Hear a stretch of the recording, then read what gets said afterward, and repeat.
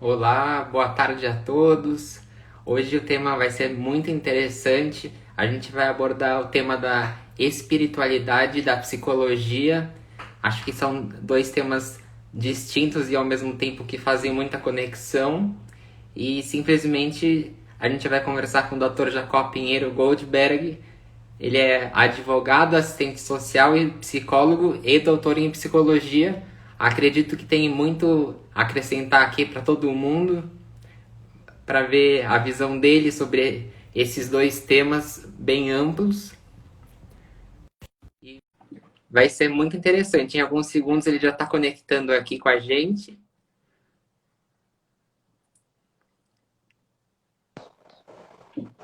Olá, doutor Jacó. Olá, Rodrigo. Como é que você está? Tudo bem? Tudo bem, felizmente. É, é, hoje o tema é. Muita gente está esperando aqui. Eu recebi várias DMs. É, E eu gostaria de começar perguntando assim: são dois temas, são duas temáticas completamente diferentes. Elas podem andar juntas ou tem que andar separadas? Na realidade, existem inúmeras concepções a respeito da questão da espiritualidade e da psicologia. Existem muitas concepções, muitas perspectivas, muitos enfoques. O meu é oposto à maneira que foi feita a indagação.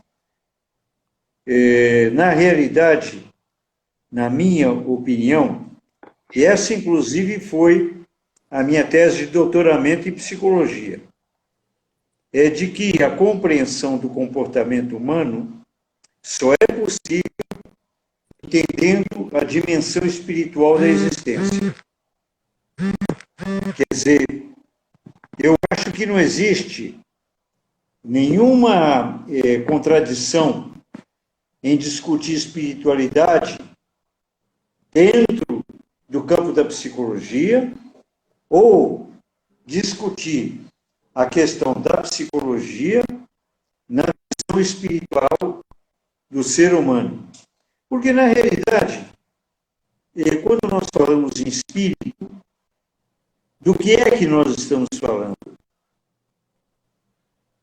Daquilo que nós concebemos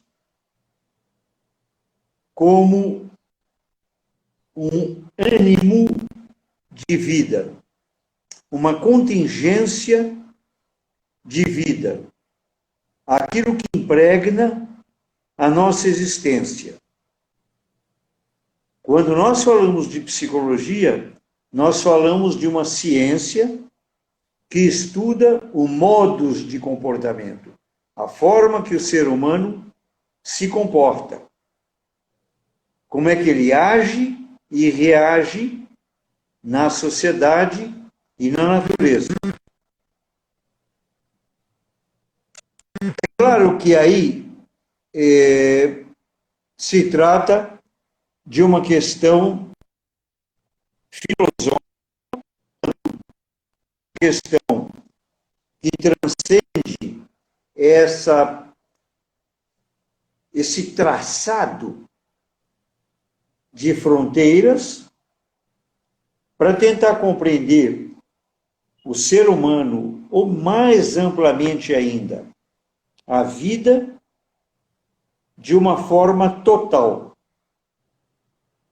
Quando a gente fala em forma total, não significa simplificação, muito pelo contrário, significa você, embora indivíduo, é também fragmentado. Porque, basicamente, qual é a ideia do indivíduo? Aquele que se opõe ao indivíduo. Nós somos divididos internamente. É aquela...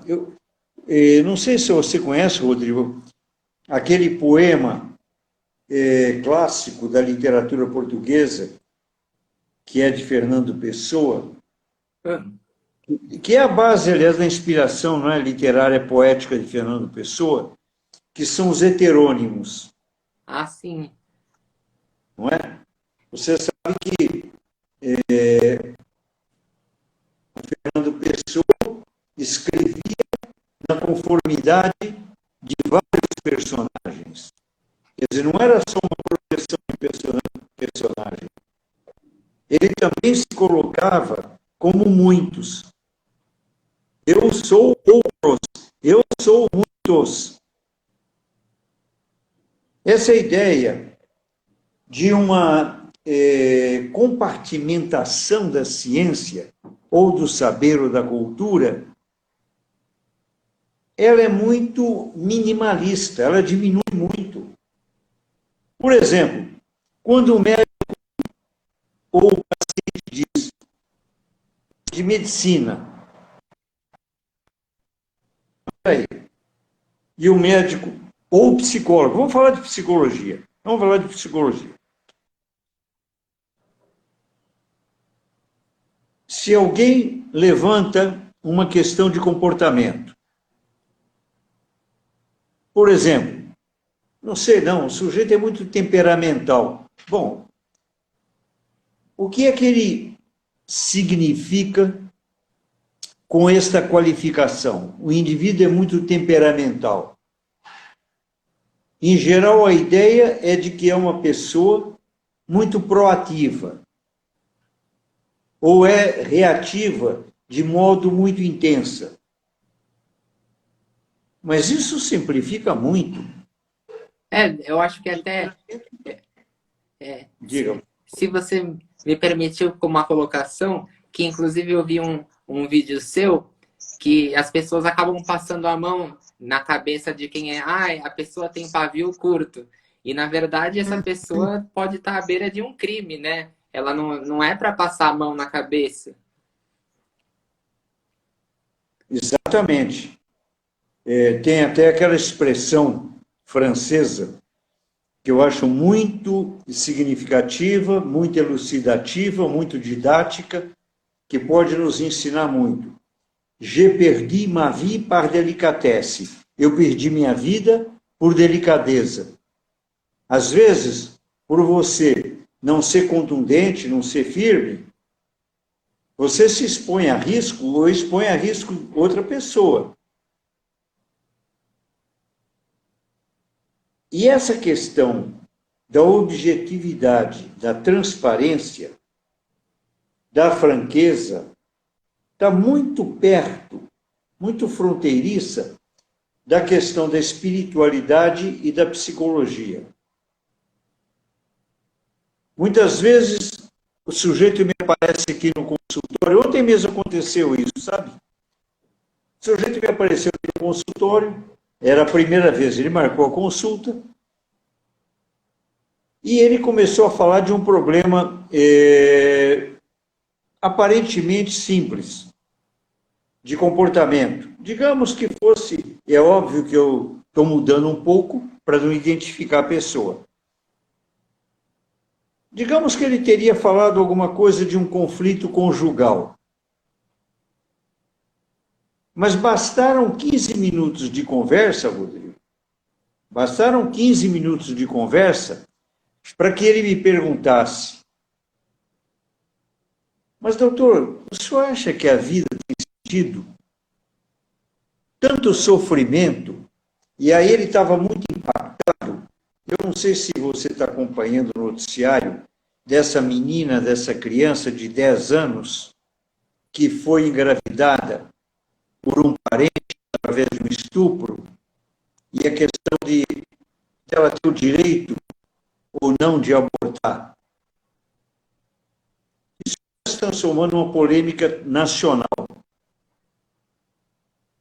E ele estava muito impactado com isso. Ele disse: mas como é possível um parente, o estuprador, fazer isso com uma criança de 10 anos?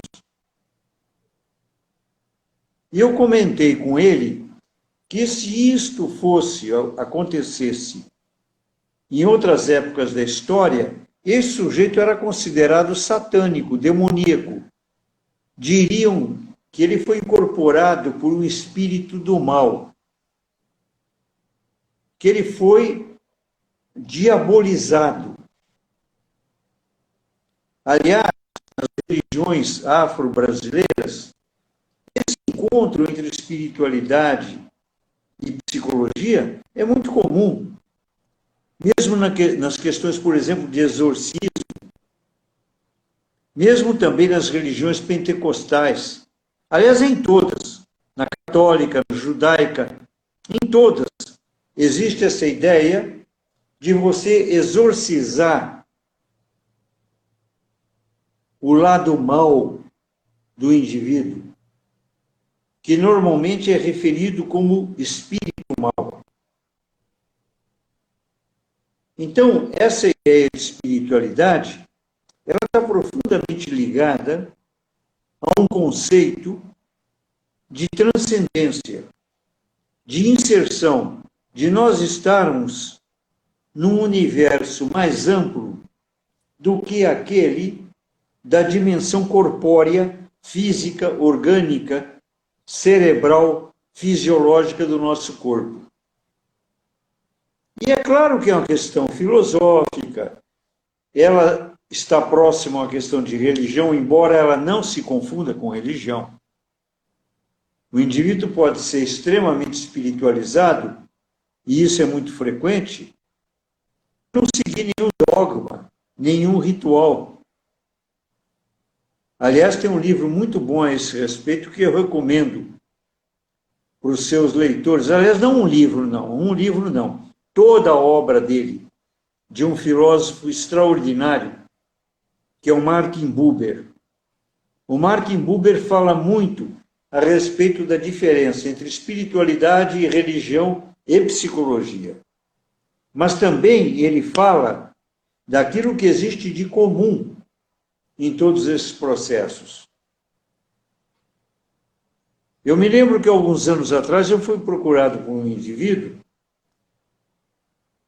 e ele chegou para mim e disse: olha, eu tenho problemas sérios de relacionamento com um irmão meu.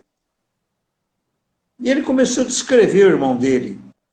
E ele olhou para mim assim de maneira muito tímida e disse: acontece que o meu irmão é muito problemático.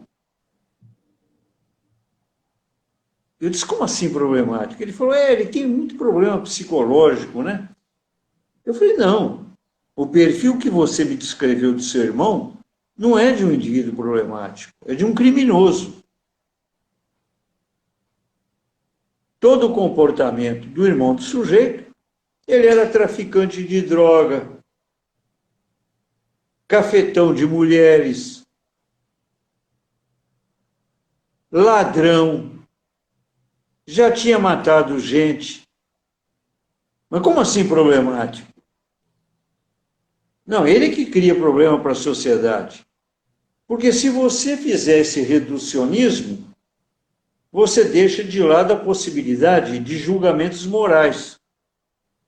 Então, a questão filosófica e a questão da ética, a questão da psicologia e a leitura espiritual, elas, na minha opinião, montam a constelação da nossa condição na vida e no mundo.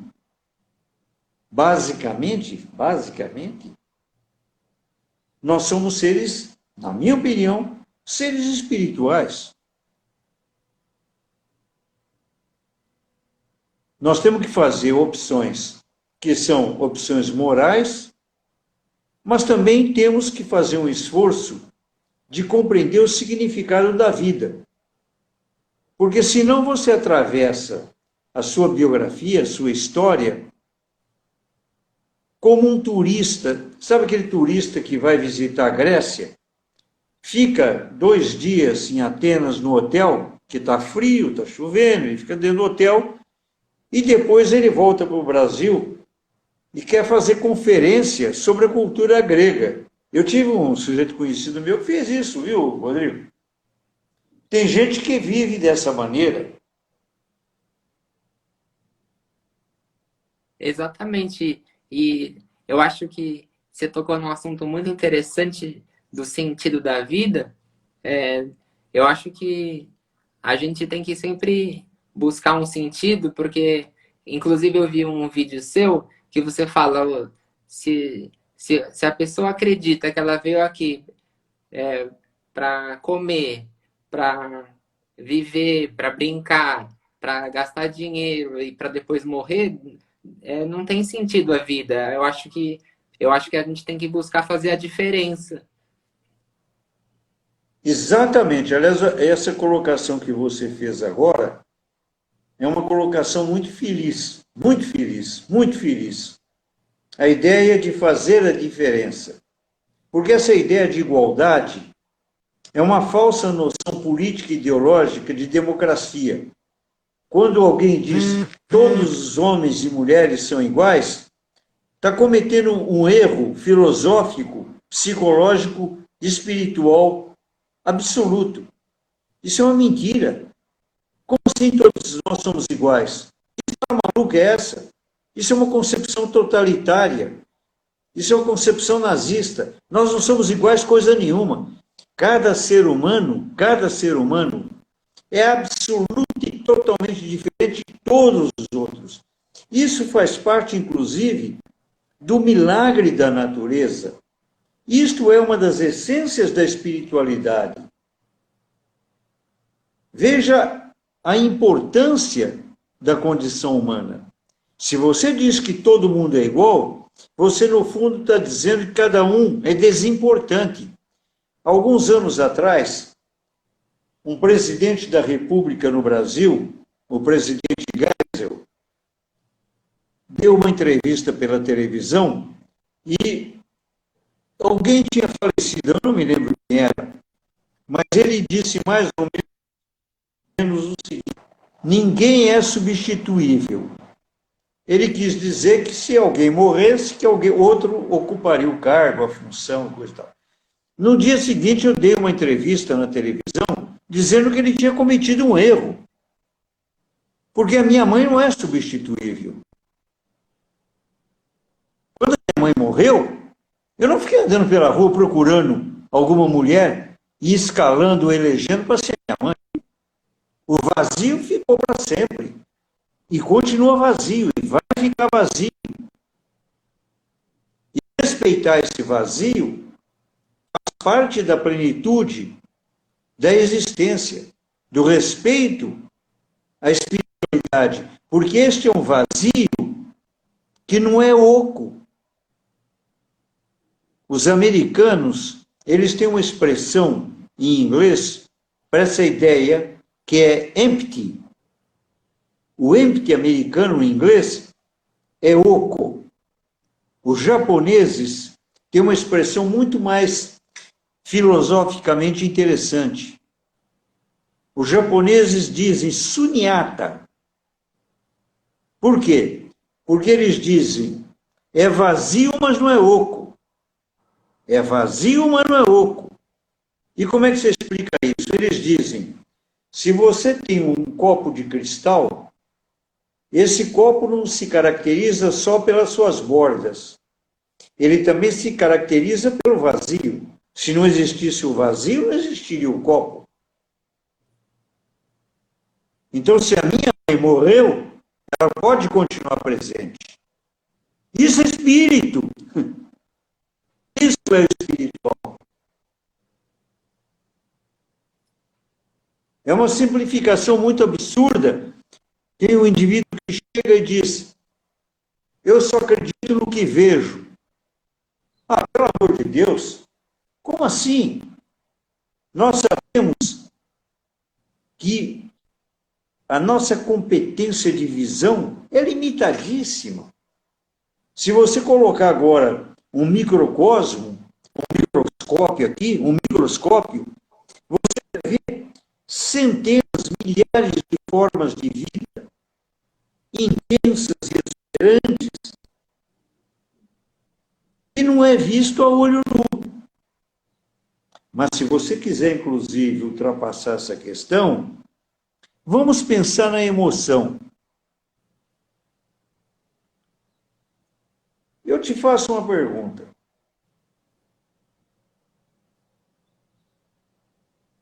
Você gosta de mim, Rodrigo? Eu gosto bastante. Este afeto teu, onde é que está? Eu não enxergo esse afeto, É mas verdade. ele existe. Ele não Mas é, onde é que ele está? Onde é que está esse afeto? ele não é tangível. Ele não é tangível, mas ele é muito mais poderoso do que a nossa expressão facial. Ele tem muito mais força. Foi ele que fez com que você me convidasse. Do mesmo jeito que é o afeto que eu tenho por você, que fez com que eu aceitasse o convite. Portanto, a tangibilidade desse programa que nós estamos fazendo dependeu de um ato que não é um ato, um fato que não é um fato. É intangível, para usar a sua expressão feliz, mas tem uma potência extraordinária, como Exatamente. todas as emoções.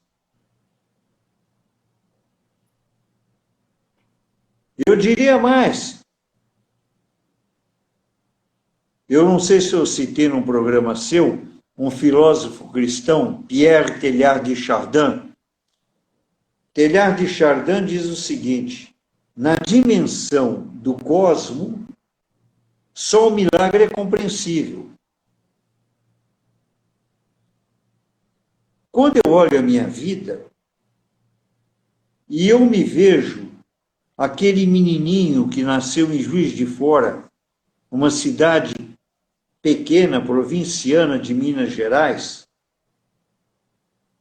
no século passado, aquele garotinho frágil, e eu olho para o meu percurso de vida, eu digo para você que ele é tão absurdo que eu não acredito nele. Se alguém me contasse a história do Jacó, eu não acreditaria nela. Se alguém contar a história do Rodrigo para o Rodrigo, provavelmente você dirá, isso é uma invenção. Porque são tantas circunstâncias, são tantos acasos,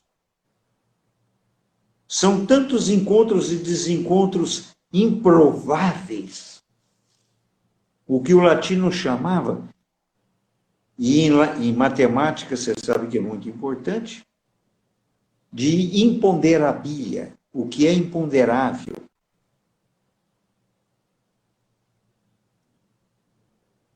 Já aconteceu de impérios caírem por gente banal. Quantas vezes um tombo mudou a história de uma nação?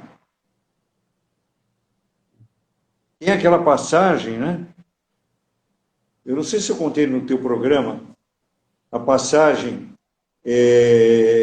de quando eu estava voltando de Paris, não, desculpe, de Londres, eu estava voltando de Londres, depois de ter feito uma palestra, e eu vinha pela British, e eu tinha comprado uma passagem na classe turista. Só que eu estava muito cansado, porque eu tinha feito muitas conferências naquela viagem na Europa. Depois de 1 hora de viagem, eu chamei a aeromoça e disse para a aeromoça, eu quero passar para a primeira classe. Ela disse, mas olha, meu senhor, para o senhor passar para a primeira classe, vai ficar muito caro. Fica mais caro do que a passagem que o senhor pagou. Eu falei, não tem importância, eu estou esgotado, eu preciso descansar, e realmente eu prefiro pagar, mas eu quero descansar. Ela falou, 1 minutinho só. Ela foi até a cabine lá do piloto, daqui a pouco vem um dos pilotos conversar comigo. Se eu posso falar com o senhor? Perfeitamente. Aí nós fomos até o corredor. Chegou no corredor e ficou olhando para mim, intrigado, e disse, eu não estou entendendo. O senhor está querendo pagar, nós já estamos viajando aqui faz quase 2 horas, o senhor vai pagar para passar para a primeira classe, uma quantia que é muito grande. Eu não me lembro quanto, mas era muito grande. O senhor pode me explicar por que o senhor quer fazer isso? Eu olhei para o sujeito e falei, me diga uma coisa, o senhor conhece Shakespeare? Ele olhou para mim rindo, ele era inglês. Ele disse, claro que sim. Eu falei, então, lembra aquela passagem dramática do rei no campo de batalha, quando ele cai do cavalo e ele percebe que sem o cavalo ele morre na batalha. E ele grita, meu reino por um cavalo. É isso que eu estou fazendo, moço. Nesse momento não me interessa quanto eu vou pagar. Eu estou esgotado, cansado. E eu preciso de um cavalo. O cavalo, para mim, é a poltrona de primeira classe. Eu já tinha feito o cheque para o sujeito. Ele olhou para mim, pegou o cheque e rasgou. E disse, um homem que é capaz de citar Shakespeare para sustentar um pedido é convidado de honra da British. E me levou até a primeira classe. Quando eu cheguei em São Paulo, eu contei esse episódio, mandei uma carta agradecendo a British, dizendo que esse era um gesto de gentleman, de cavalheirismo, e terminei escrevendo, isto é British. Eles distribuíram o meu bilhete para milhares de funcionários pelo mundo inteiro. Quer dizer, um simples diálogo, uma simples conversa, acabou tomando uma proporção enorme.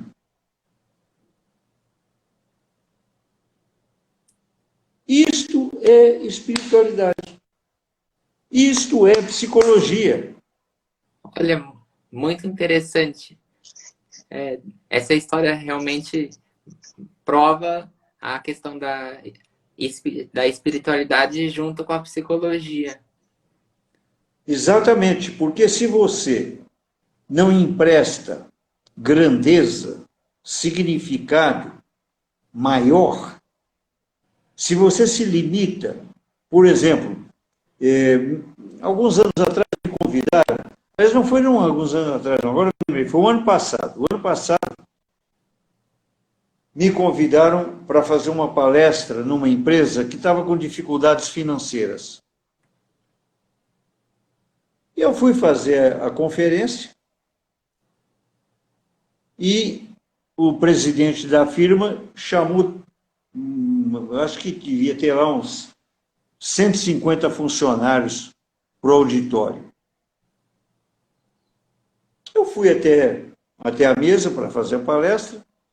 Quando eu me sentei, uma moça veio e serviu e perguntou, o senhor quer um copo d'água e o senhor quer um café? Eu disse, quero sim. Ela me deu o café, o copo d'água e foi saindo. Quando ela foi saindo da sala, eu disse, moça, para onde é que você está indo? Ela falou, eu estou indo para a cozinha. Eu falei, não, você vai assistir a palestra. E houve um murmúrio entre os funcionários. Ela olhou para mim e disse, não, mas eu sou da parte da cozinha. Eu falei, não, você é da parte da vida.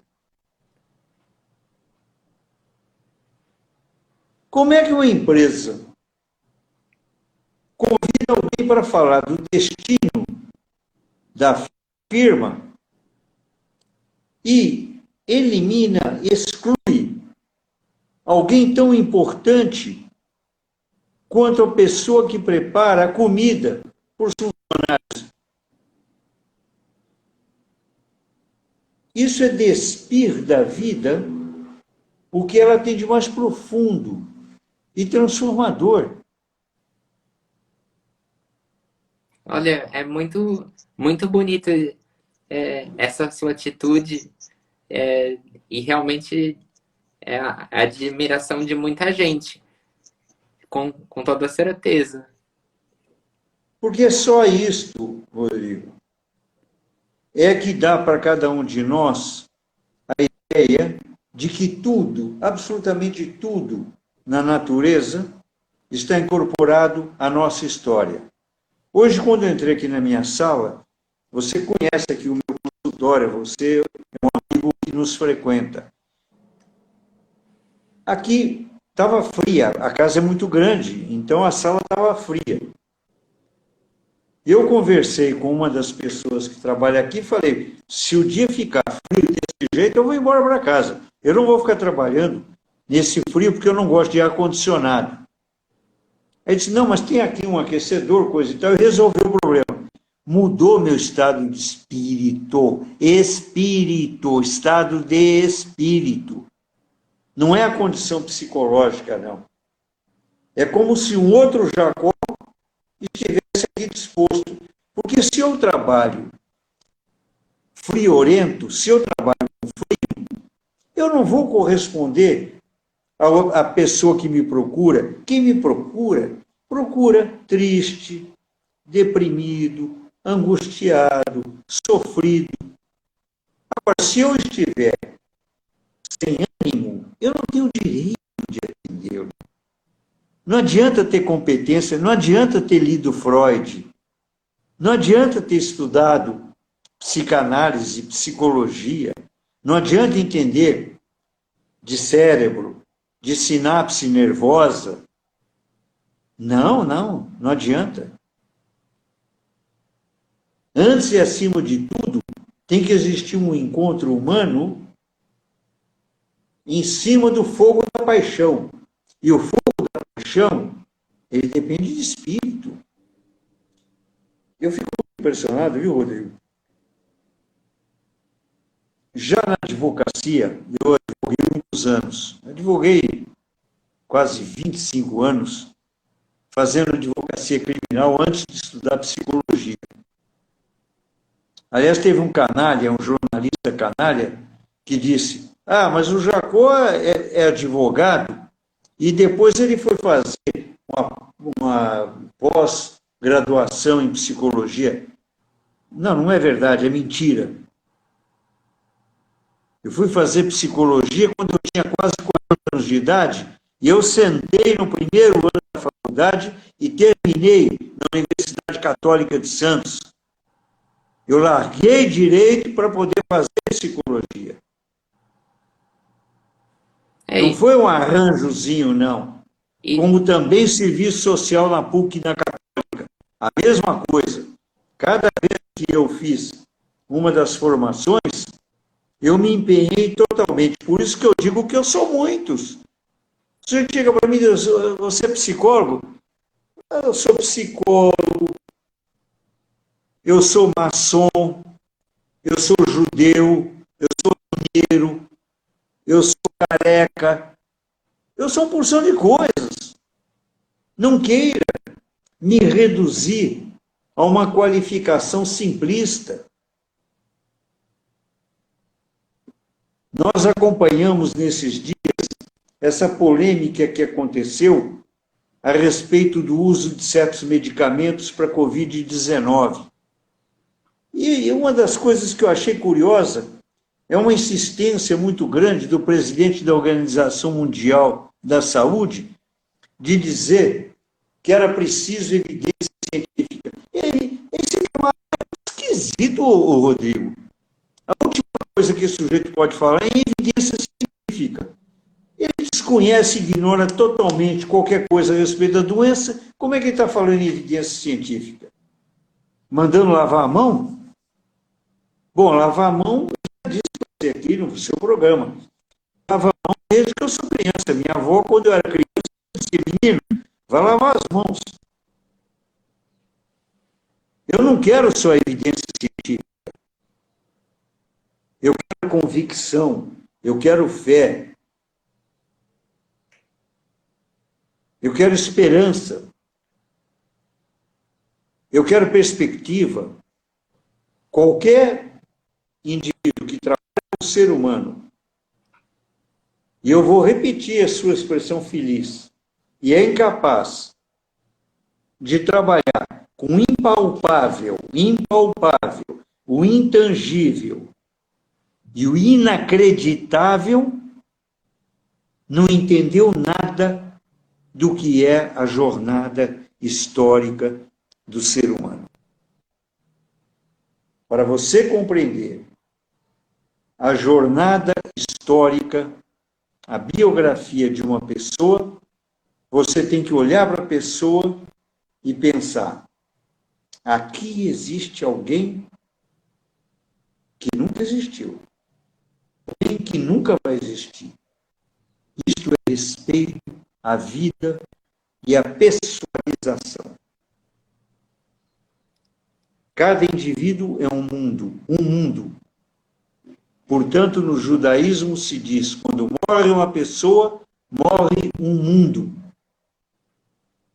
Porque com ele morre o passado dele, o presente dele e o futuro dele.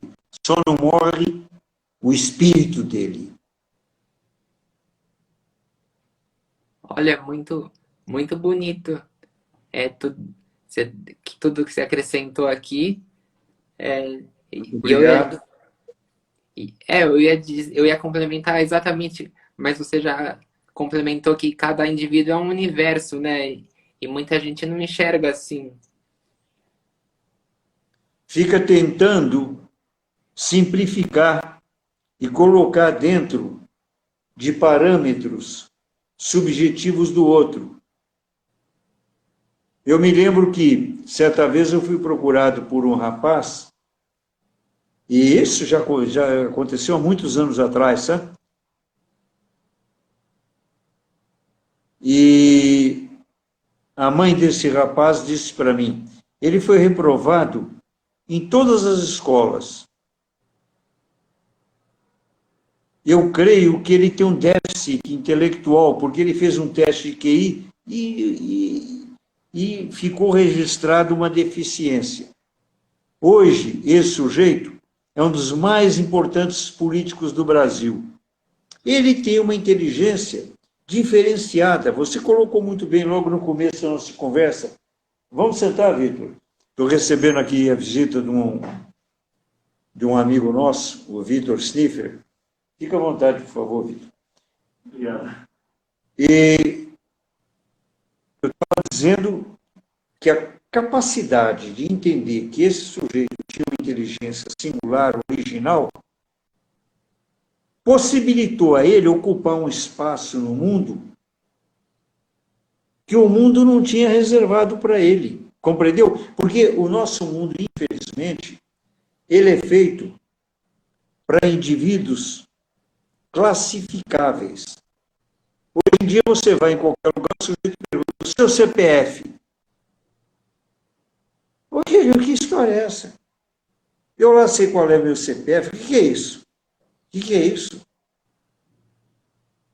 O que eu sei mesmo, e eu posso dizer para você, é declamar um poema do Carlos Drummond de Andrade. Agora, CPF eu não sei não, viu? Se você perguntar meu RG, também eu não sei não, hein? Então alguém é capaz de dizer: o Jacó está com Alzheimer. O cara não sabe CPF, não sabe o RG. É esquisito, não é? Vai ver que é, né, velho? Agora, sou perfeitamente capaz de dizer para você a cor dos olhos da mulher que eu amo. E eu conheço muita gente que sabe o CPF, RG, o número da conta bancária, como é que está a bolsa de valores, a placa do automóvel do vizinho, mas não sabe a cor dos olhos da mulher. Olha, é muito interessante. É, as suas palavras faz a gente refletir e acrescenta muito na vida de todo mundo, com certeza. Muito obrigado e mais uma vez essa oportunidade de conversar com você. Eu acho que é muito interessante, que eu sinto o seu entusiasmo.